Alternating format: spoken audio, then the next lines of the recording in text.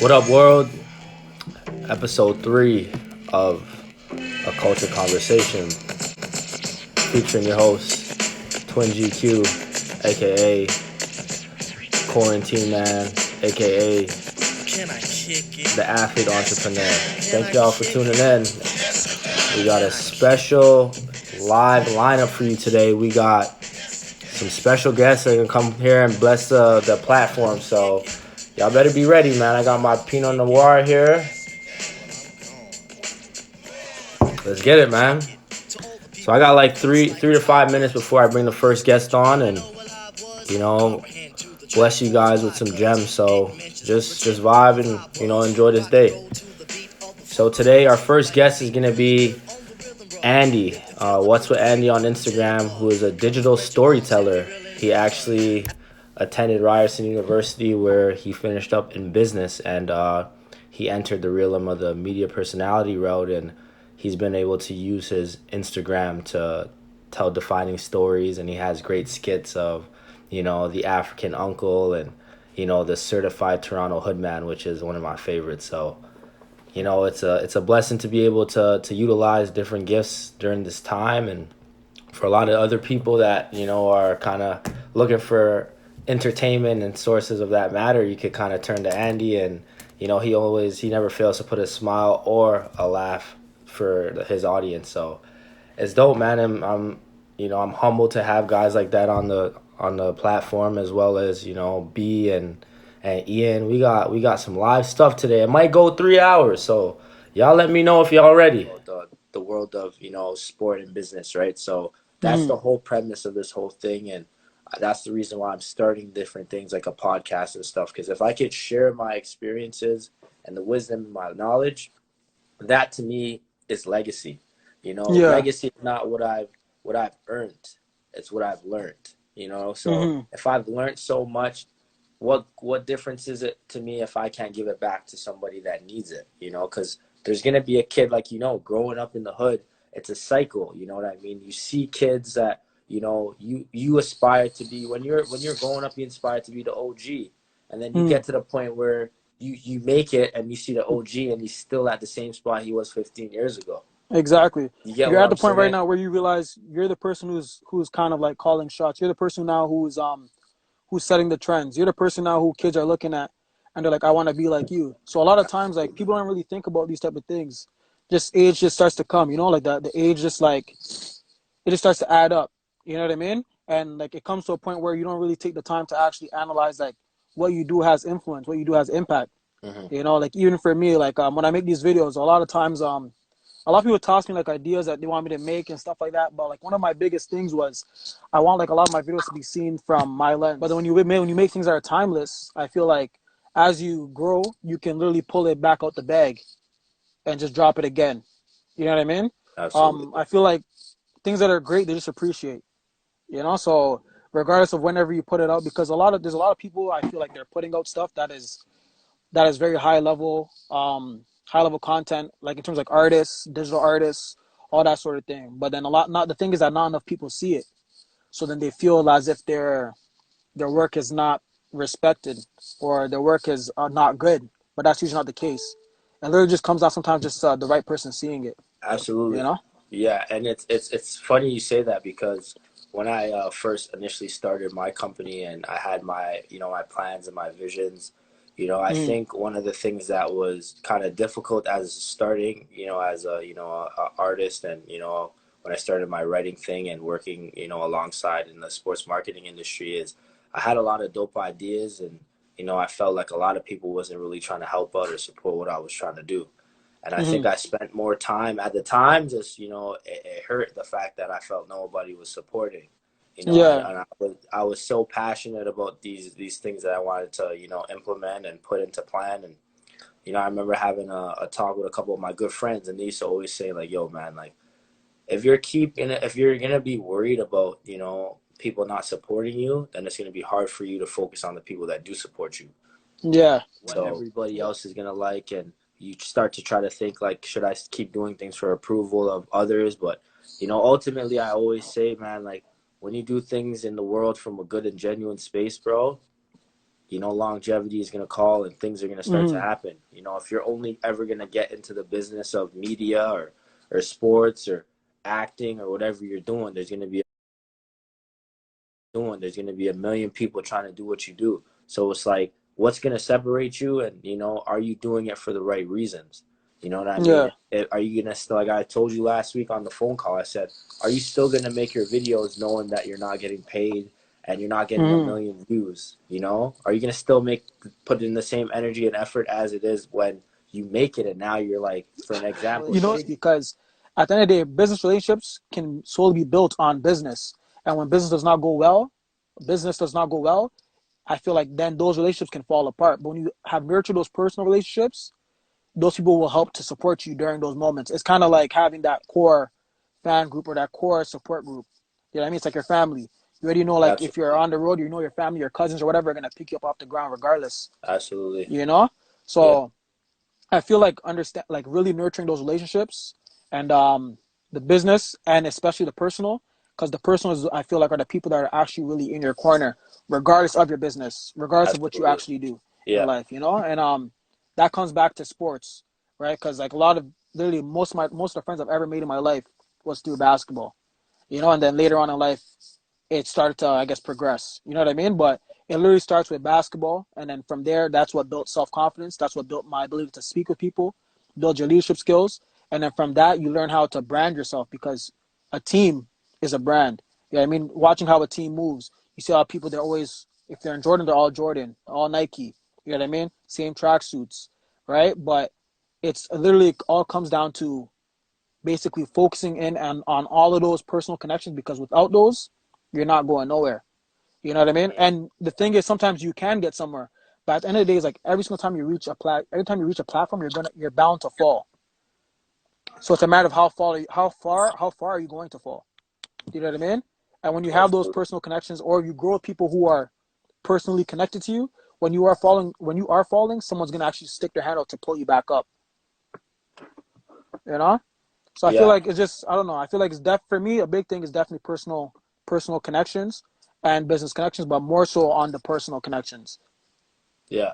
And I think, Yeah. I think the points that you kind of highlighted, I think the importance of, like you said, putting in the hours, Mm-hmm. and being dedicated to your craft, and anything, and like for me in business, I've been blessed to be able to play sports at, a respectably high level that I knew what it took to put in the work. You had to if you wanted to become an expert at something, you had to put in the time.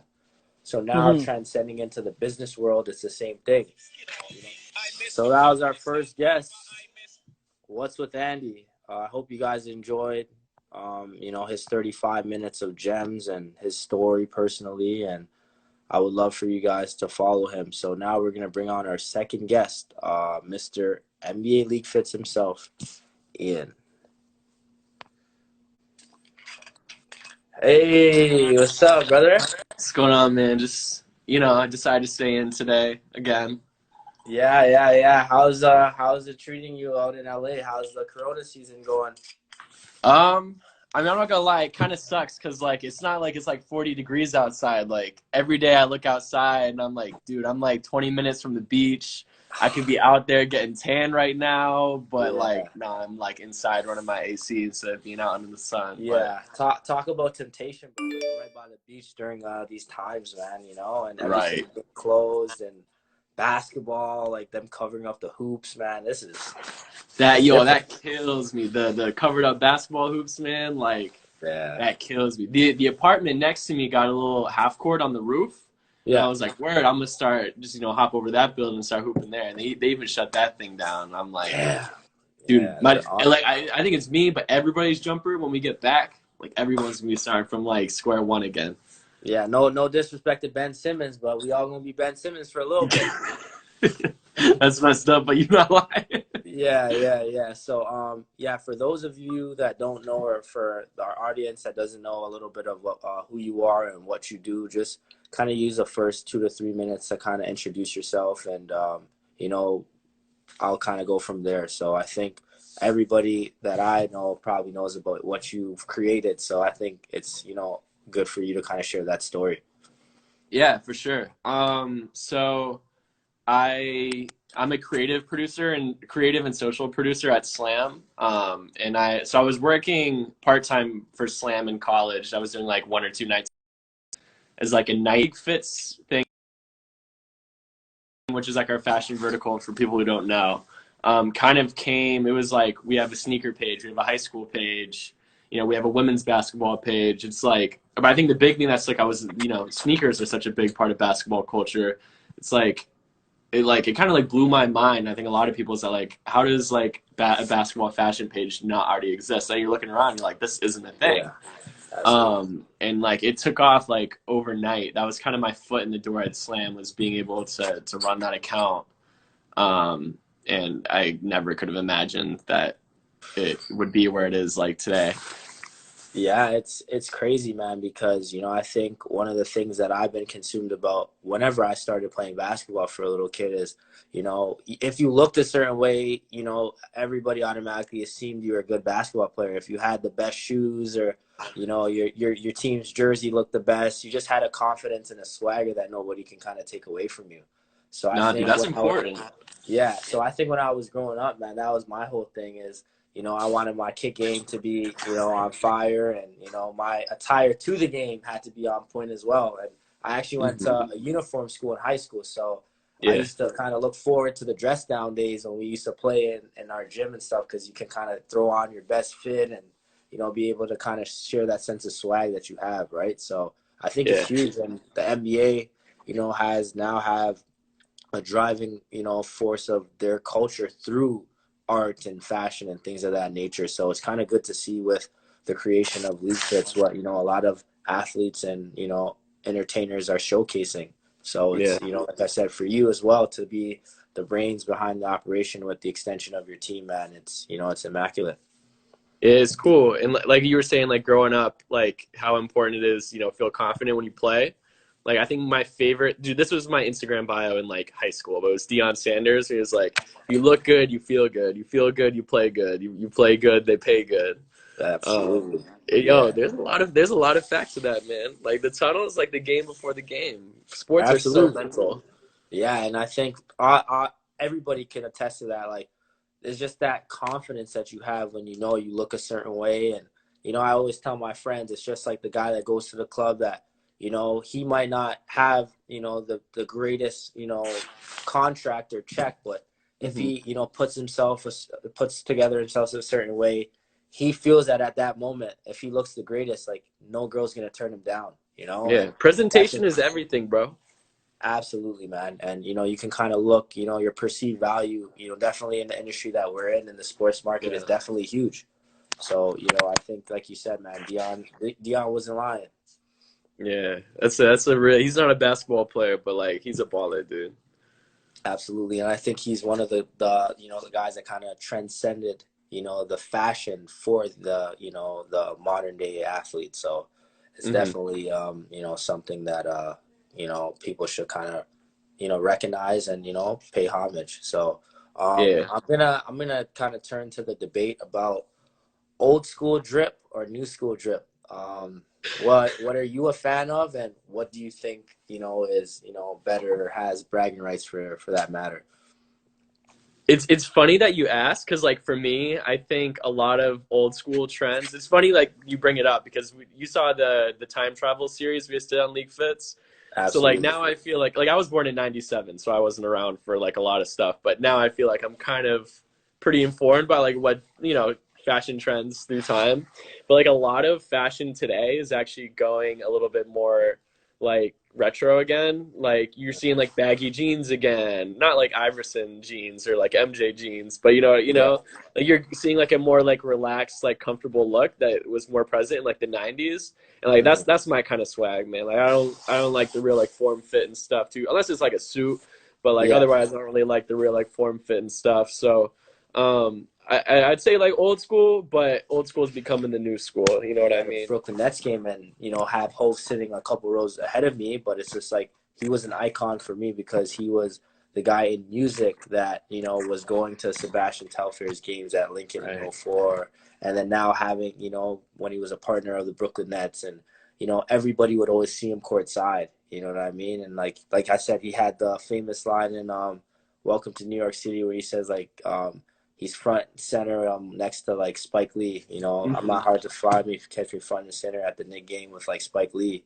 And obviously you know about Spike. So it's just dope, man. I think, you know, the culture of like fashion and sneakers and things like that really do drive, you know, the NBA and professional sports for that matter. Who you are. So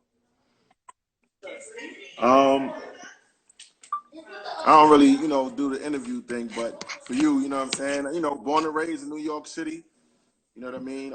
Grew up New York City kid playing ball in New York. You know what I'm saying? Went on to college, played out in college, and that, you know, after college came out, you know, I had a opportunity to go overseas and play in Germany, and right around when I came out of college is right when 9/11 and everything happened. So I, you know, I was a little shooken up about going overseas and all that. So I didn't even go. okay.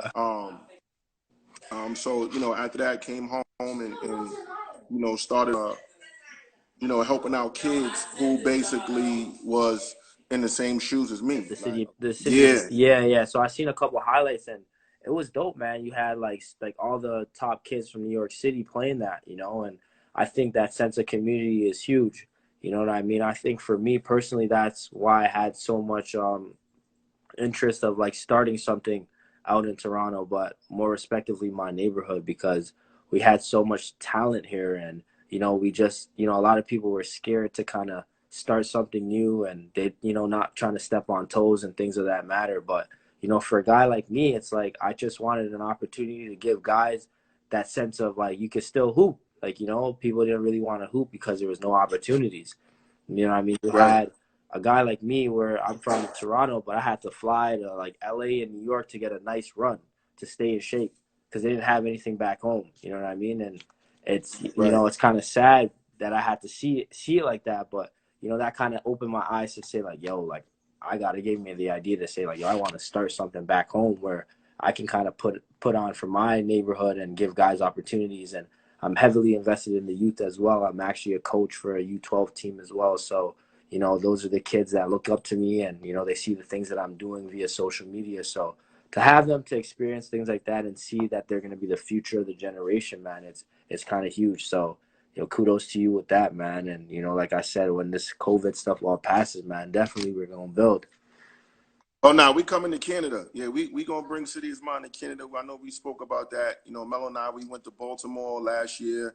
We had a good run. I mean, I think the plan is at the end of the day, we're gonna hit up other cities. Absolutely. You know, DC, Chicago, LA, Philly. You know what I'm saying? And once we get to that point, you know, the winners will come to New York and, you know, let the high school kids battle it out on the hardwood. Yeah, bro, that's dope, man. Like, I love that atmosphere, man. Because you on the Northeast alone, you got Toronto, you got New York City, you got Jersey, you got Philly, Baltimore, Delaware. You know, there's just so much talent.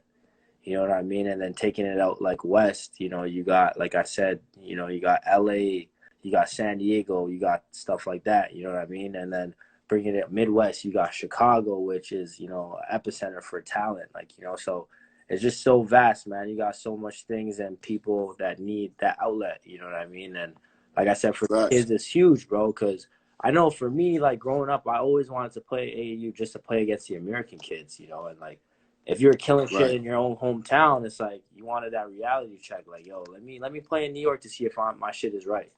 And that's why I used to say like, yo, let me play in Dykeman. If I could flat in Dykeman, then my shit is real. You know what I mean? But if I they call Dykeman's the jungle, man. Yeah, bro. I remember, yo, I played 2018, bro. I played against Dominican Power, bro.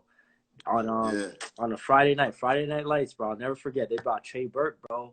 And yo, we went at it, bro. Like our team went. Shout out to my man Mike from Dominican Power, man. Yeah. He been doing that for 20-some years, man. He been locked in. It's he crazy. Does a great job for the community, man. Yeah, but that's the thing, bro. Like that, like going to Dykeman and just seeing like how it's free. You get everybody from the neighborhood come up to support.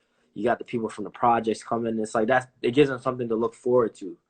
Dykeman, you know, for those who don't know, like Dykeman's a whole nother world, man. You know what I'm saying? Like they got their own community, their own to me, that's like its own island up Oh, there, man.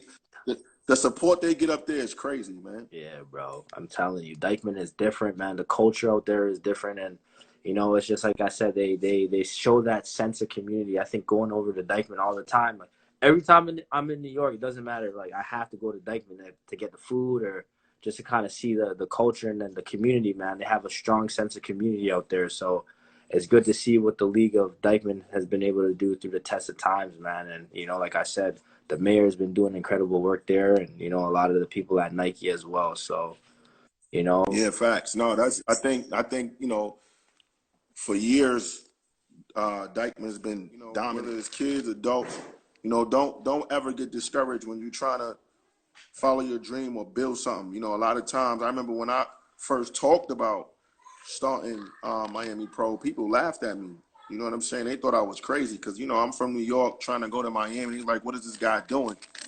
2-3 years after that, we was on Sports Center. And them same people that was laughing is the same people that was calling and when they was in Miami trying to get in and, just trying to be a part of it. So, don't let nobody ever tell you, you know what I'm saying? Like, you can't do something, you know what I mean? And people gonna laugh. You gotta be able, if you want to be an entrepreneur or you following your dream, it's gonna be moments where people might laugh at you or tell you can't do something. You know what I'm saying? Just stay strong, follow your dreams, and if something, if things go bad, it don't go your way, stay focused and keep grinding. for sure, bro.